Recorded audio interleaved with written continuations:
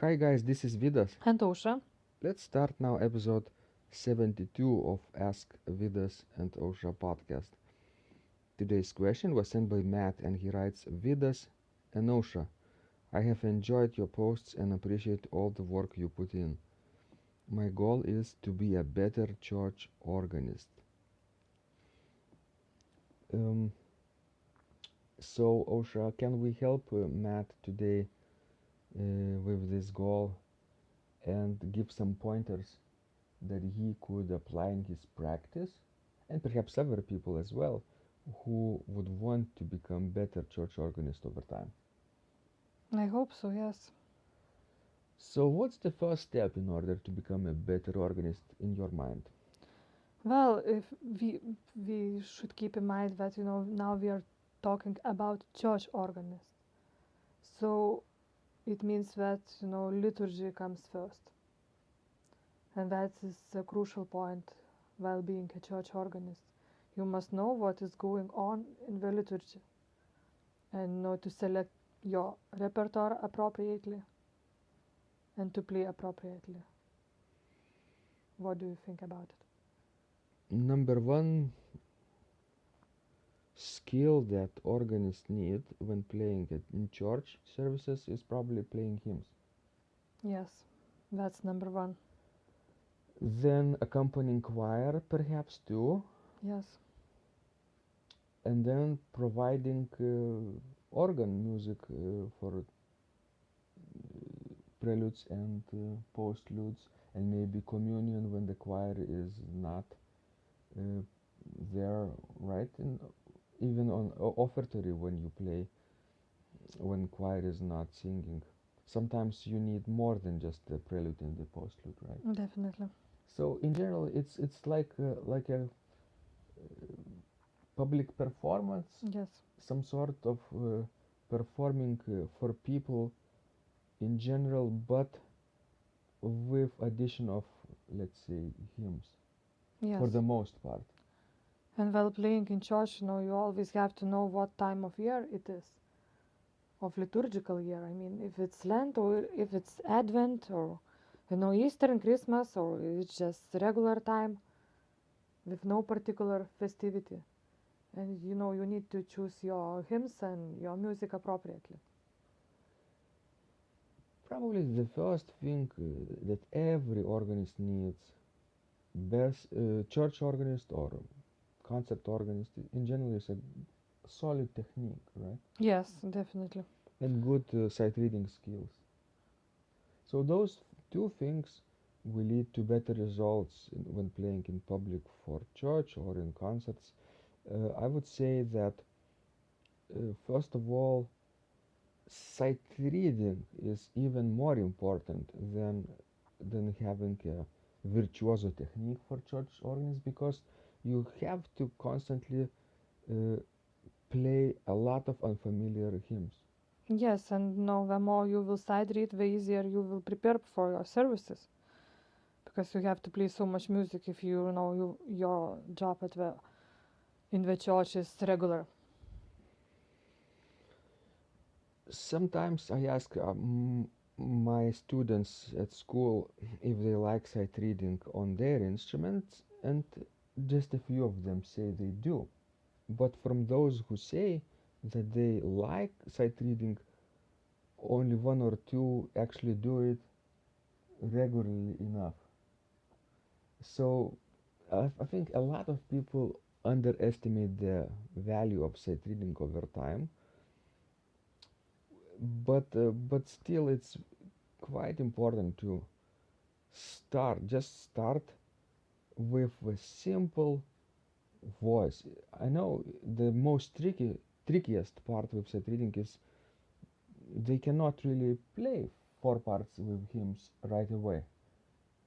So they do the mistake, they try to play maybe fast or slow, it doesn't work and they stop. What Yes. would you suggest for them, Osha? Well, just keep going, just don't stop practicing. Do you think that reducing the texture would be better solution than to simply Yes, going with four parts? yes, true. And the same for church organists, if you are not in your best shape yet, or have not reached very high level of performance, just pick pieces that you can learn well and to play well. Maybe easier at the beginning, maybe with less pedal.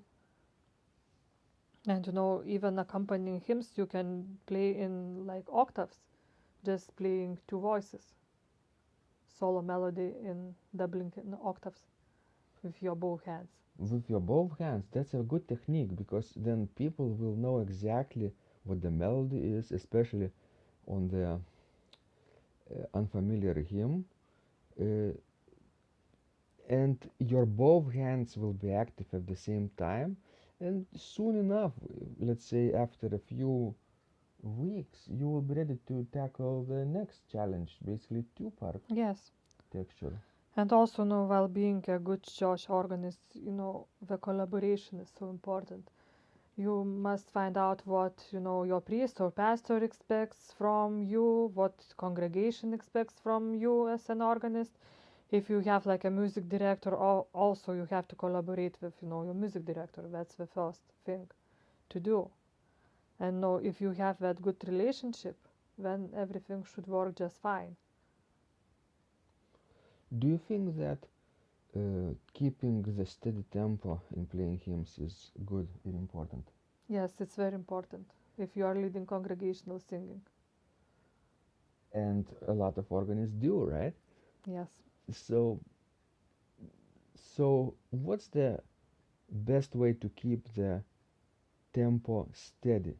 Can singing yourself help? Yes, that's what I always do. It does not mean that I'm singing loud.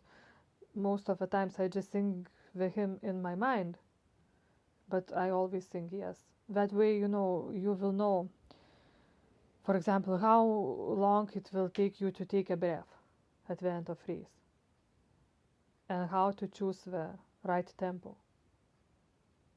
So that's very important. And that way you have to read the text too, and it will help you to register right.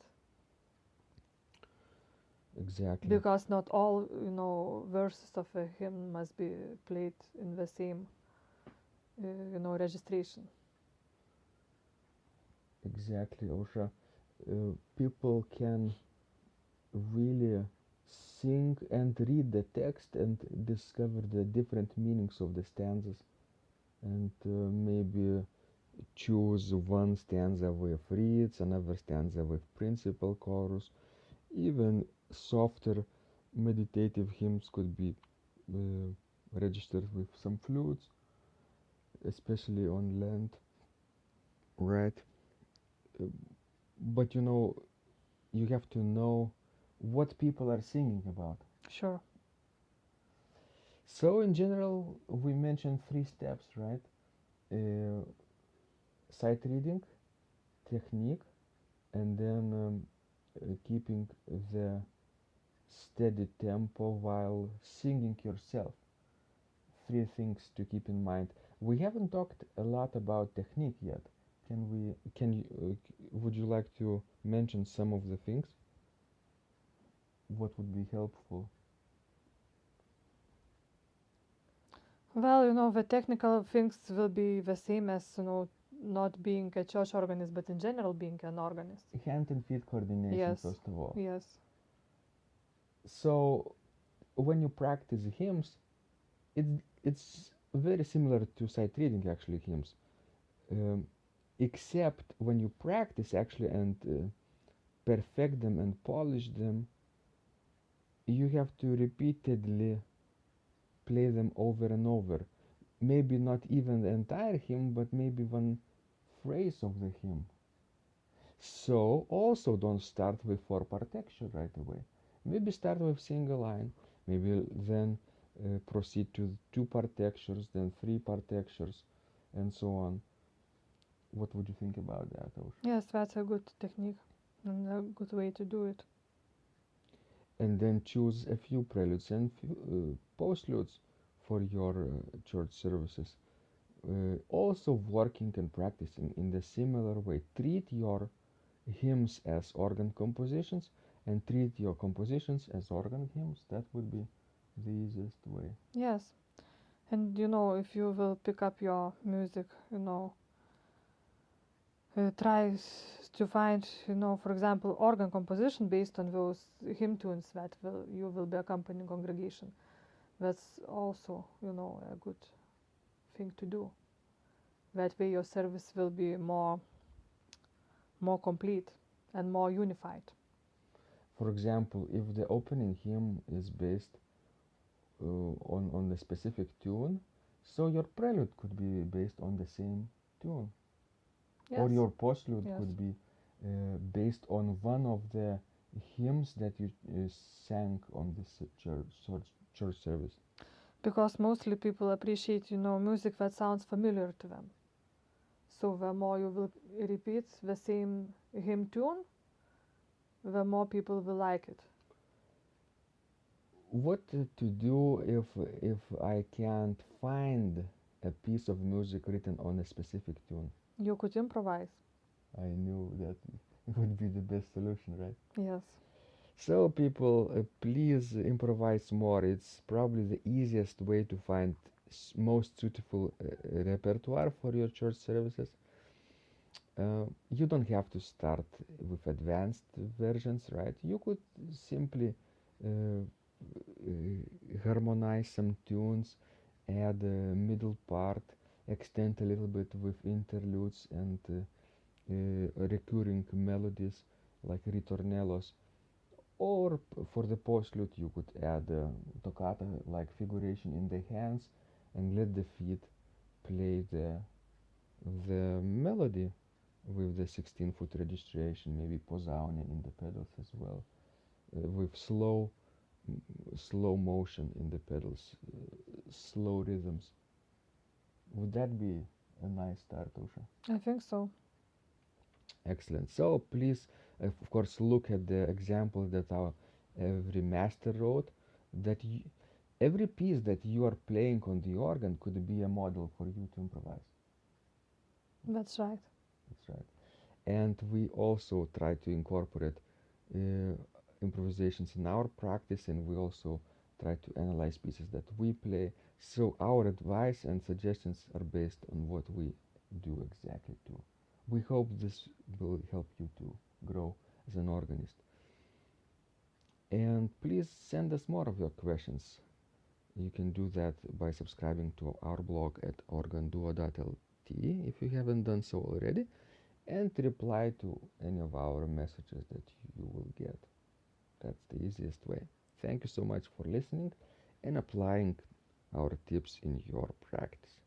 This was Vidas. And Ausra. And remember, when you practice, Miracles happen.